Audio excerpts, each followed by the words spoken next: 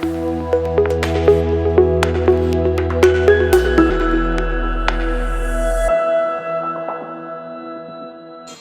Friends, welcome back to our channel. Friends, ఈ jobs అంటే అస్సలు వదలకండి. ఎటువంటి పరీక్ష లేదు, ఎటువంటి ఫీజు అయితే లేదు. చాలా తక్కువ టైంలోనే జాబ్లో చేరొచ్చు అనమాట. 10th సర్టిఫికేట్ ఉంటే చాలు. 10th క్లాస్ మనం పాస్ అయితే చాలు. ఈ యొక్క పోస్టులకి అయితే అప్లై చేసుకోవచ్చు. సర్టిఫికేట్ చూసి అయితే జాబ్ ఇస్తారు. ఎటువంటి ఎగ్జామ్ లేదు మనకి.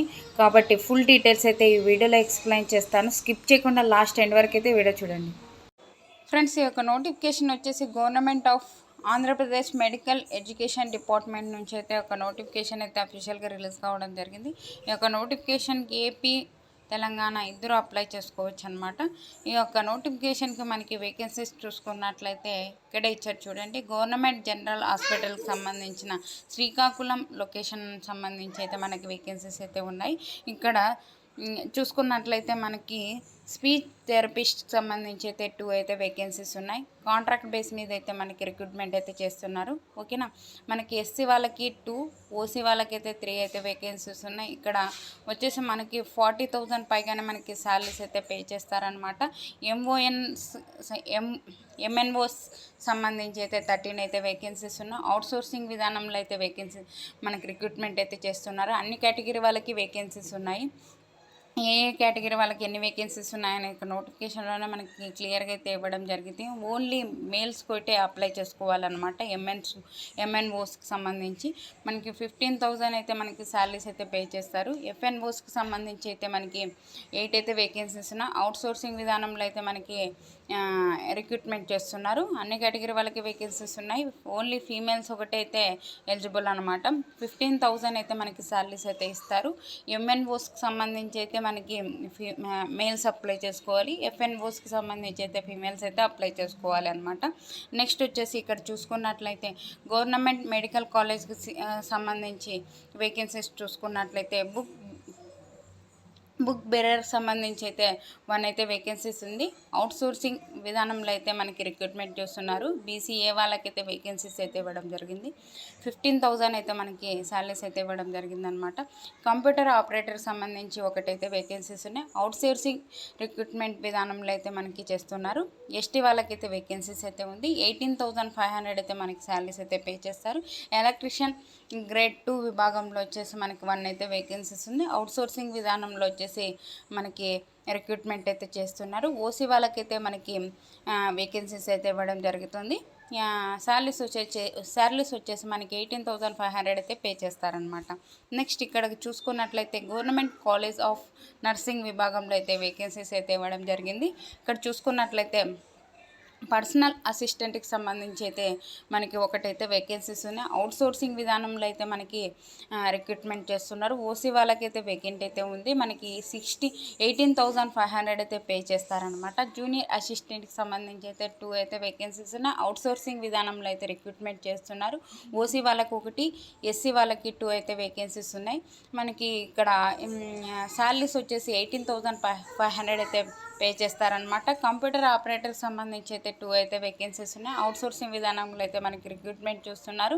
ఓసీ వాళ్ళకి 1, ఎస్సీ వాళ్ళకి 2 అయితే వేకెన్సీస్ ఉన్నాయి. 18,500 అయితే మనకి శాలరీస్ అయితే పే చేస్తున్నారు. ఇక్కడ చూసుకున్నట్లయితే అసిస్టెంట్ లైబ్రరీని సంబంధించి ఒకటైతే వేకెన్సీస్ అయితే ఉంది. మనకి ఓసీ వాళ్ళకైతే ఒకటి ఉంది. అవుట్సోర్సింగ్ విధానంలో అయితే మనకి రిక్రూట్మెంట్ చేస్తున్నారు. 27,000 పైగానే మనకి శాలరీస్ అయితే ఇవ్వడం జరుగుతుంది. హౌస్ కీపర్కి సంబంధించి అండ్ వార్డనర్కి సంబంధించి ఫీమేల్ విభాగంలో అయితే 2 అయితే వేకెన్సీస్ ఉన్నాయి. అవుట్సోర్సింగ్ విధానంలో అయితే రిక్రూట్మెంట్ చేస్తున్నారు. ఓసీ వాళ్ళకి 1, ఎస్సీ వాళ్ళకి వచ్చేసి 2 అయితే వేకెన్సీస్ ఉన్నాయి. దీనికి వచ్చేసి ఒక పోస్టులకి మనకి శాలరీస్ వచ్చేసి 18,500 అయితే పే చేస్తున్నారు. అటెండర్ ఆఫీసర్ సబార్డినేట్కి సంబంధించి అయితే 2 అయితే వేకెన్సీస్ ఉన్నాయి. అవుట్సోర్సింగ్ విధానంలో అయితే మనకి రిక్రూట్మెంట్ అయితే చేస్తున్నారు. ఓసీ వాళ్ళకి 1, ఎస్సీ వాళ్ళకి 2 అయితే వేకెన్సీస్ ఉన్నాయి. 15,000 అయితే మనకి శాలరీస్ అయితే పే చేస్తారు. క్లాస్ రూమ్ అటెండర్కి సంబంధించి అయితే ఒకటైతే వేకెన్సీస్ ఉన్నాయి. అవుట్సోర్సింగ్ విధానంలో అయితే రిక్రూట్మెంట్ చేస్తున్నారు. ఓసీ వాళ్ళకైతే ఒకటైతే వేకెంట్ ఉంది.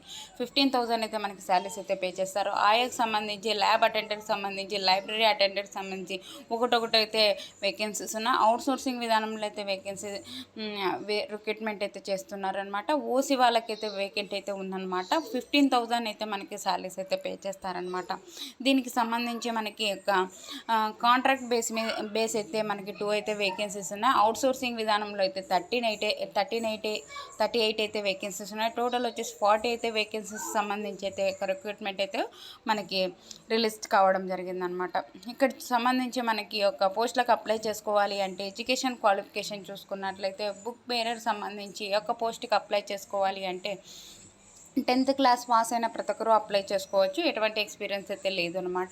కంప్యూటర్ ఆపరేటర్ సంబంధించి ఒక పోస్ట్కి అప్లై చేసుకోవాలి అంటే బ్యాచిలర్ డిగ్రీ కంప్లీట్ చేసి ఉండాలి. అలాగే మనకి ఈ యొక్క పీజీ డిప్లొమాలో మనకి కంప్యూటర్ అప్లికేషన్ చేసినట్లయితే ఒక పోస్ట్కి అయితే అప్లై చేసుకోవచ్చు అనమాట. లేకుంటే మనకి బ్యాచిలర్ డిగ్రీలో సపరేట్గా కంప్యూటర్ అప్లికేషన్ సంబంధించి ఒక సబ్జెక్ట్ ఉన్నట్లయితే ఒక పోస్ట్కి అయితే ఎలిజిబుల్ అనమాట. నెక్స్ట్ వచ్చేసి ఎలక్ట్రీషియన్ గ్రేడ్ 2కి సంబంధించి ఒక పోస్ట్కి అప్లై చేసుకోవాలి అంటే మనకి ఒక ఎలక్ట్రికల్ ఇంజనీరింగ్లో డిప్లొమా చేసి ఉండాలి. లేక ఐటీఐలో వచ్చేసి ఎలక్ట్రిక్ ట్రేడ్ సంబంధించి ఐటీఐ చేసిన ఒక పోస్ట్కి అయితే అప్లై చేసుకోవచ్చు అనమాట. నెక్స్ట్ వచ్చేసి స్పీచ్ థెరపిస్ట్కి సంబంధించి ఈ యొక్క పోస్ట్కి అప్లై చేసుకోవాలి అంటే బ్యాచిలర్ డిగ్రీ కంప్లీట్ చేసిన అలాగే మనకి డిప్లొమా స్పీచ్కి సంబంధించి థెరపిస్ట్ సంబంధించి సర్టిఫికేట్ ఉన్నట్లయితే ఒక పోస్ట్కి అయితే అప్లై చేసుకోవచ్చు. ఎంఎన్ఓసికి సంబంధించి వచ్చేసి మనకి 10th క్లాస్ పాస్ అయిన ప్రతి ఒక్కరు అలాగే మనకి గవర్నమెంట్ 3 years అయితే ఎక్స్పీరియన్స్ ఉండాలి. గవర్నమెంట్ హాస్పిటల్లో కానీ ప్రైవేట్ హాస్పిటల్లో చేసినట్లు మనకి 3 years ఎక్స్పీరియన్స్ ఉన్నట్లయితే ఒక పోస్ట్కి అప్లై చేసుకోవచ్చు. అలాగే ఫస్ట్ ఎయిడ్ సర్టిఫికేట్ అయితే ఉన్నట్లయితే ఒక పోస్ట్కి అప్లై చేసుకోవచ్చు అనమాట.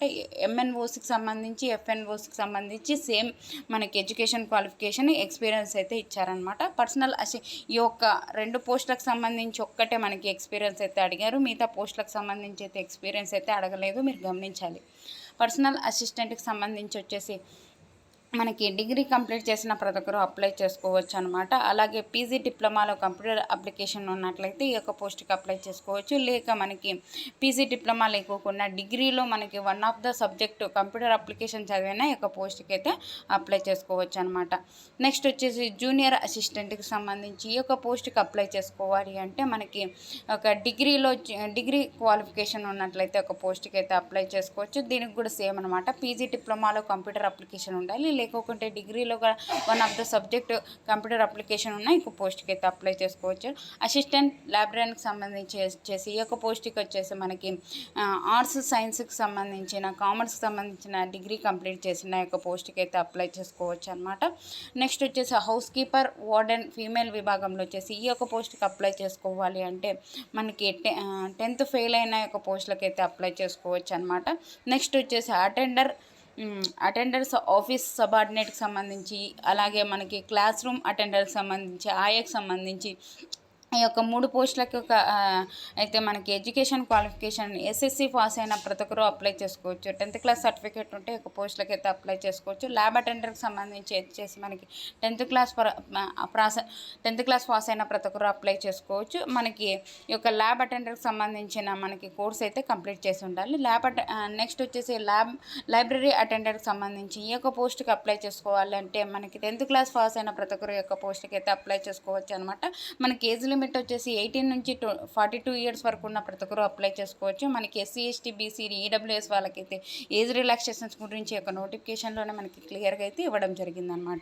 మనకి అప్లికేషన్ ఫీజు చూసుకున్నట్లయితే ఎస్సీ ఎస్టీ బీసీ ఈడబ్ల్యూఎస్ ఫిజికల్ హ్యాండిక్యాప్డ్కి ఎటువంటి ఫీజు అయితే లేదు. నేను తమ్మైన్లో కూడా ఎటువంటి ఫీజు అయితే లేదు, నో ఫీజు అని అయితే చెప్పాను. కాబట్టి SC ST BC EWS physical హ్యాండిక్యాప్డ్కి ఎటువంటి ఫీజు లేదు కాబట్టి నేను నో ఫీజు అని చెప్పాను. మీరు తప్పుగా అయితే అర్థం చేసుకోవద్దండి. ఓసీ వాళ్ళకి వచ్చేసి 250 అయితే మనం అప్లికేషన్ ఫీజు అయితే పే చేయవలసి ఉంటుంది. అది కూడా మన డిమాండ్ డ్రాఫ్ట్ రూపంలో అయితే మనం పే చేయవలసి ఉంటుంది. మన దగ్గరలో ఉన్న నేషనల్ బ్యాంక్కి వెళ్ళైతే ఒక డిమాండ్ డ్రాఫ్ట్ రూపంలో అయితే మనం పే చేయవలసి ఉంటుంది అమౌంట్ ఏ పేరు మీద తీయాలి మనకి డీడీ అని చూసుకున్నట్లయితే in favour of principal government medical college Srikakulam అని ఒక పేరు మీద అయితే డీడీ తీసి ఆ స్లిప్ కూడా మనకి ఒక అప్లికేషన్ ఫాము అలాగే మనకి సర్టిఫికేట్స్తో పాటు ఈ డీడీ ఫామ్ను కూడా మనము డీడీ స్లిప్ని కూడా మనము ఒక అప్లికేషన్ ఫామ్ని అటాచ్ చేసి అయితే పంపించవలసి ఉంటుంది అనమాట. ఒక నెక్స్ట్ వచ్చేసి మనకి మెథడ్ ఆఫ్ సెలెక్షన్ అని ఇచ్చారు. ఇక్కడ సెలెక్షన్ ప్రాసెస్ ఎలా ఉంటుంది అంటే ఓన్లీ ఎడ్యుకేషన్ క్వాలిఫికేషన్లో వచ్చిన మార్క్స్ ఆధారంగా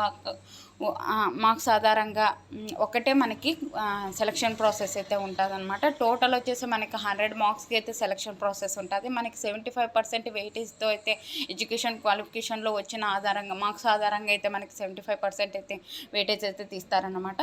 ఓకేనా. మనకి యొక్క సెలక్షన్ ప్రాసెస్ ఫుల్ డీటెయిల్స్ అయితే ఒక నోటిఫికేషన్లోనే మనకి క్లియర్గా అయితే ఇవ్వడం జరిగింది. ఒక నోటిఫికేషన్ లింక్ అయితే డిస్క్రిప్షన్లో ఇస్తాను, అక్కడికి వెళ్ళి చూసుకొని అప్లై చేసుకోండి. ఎవరైనా మిస్ చేసుకోకండి, మంచి నోటిఫికేషన్.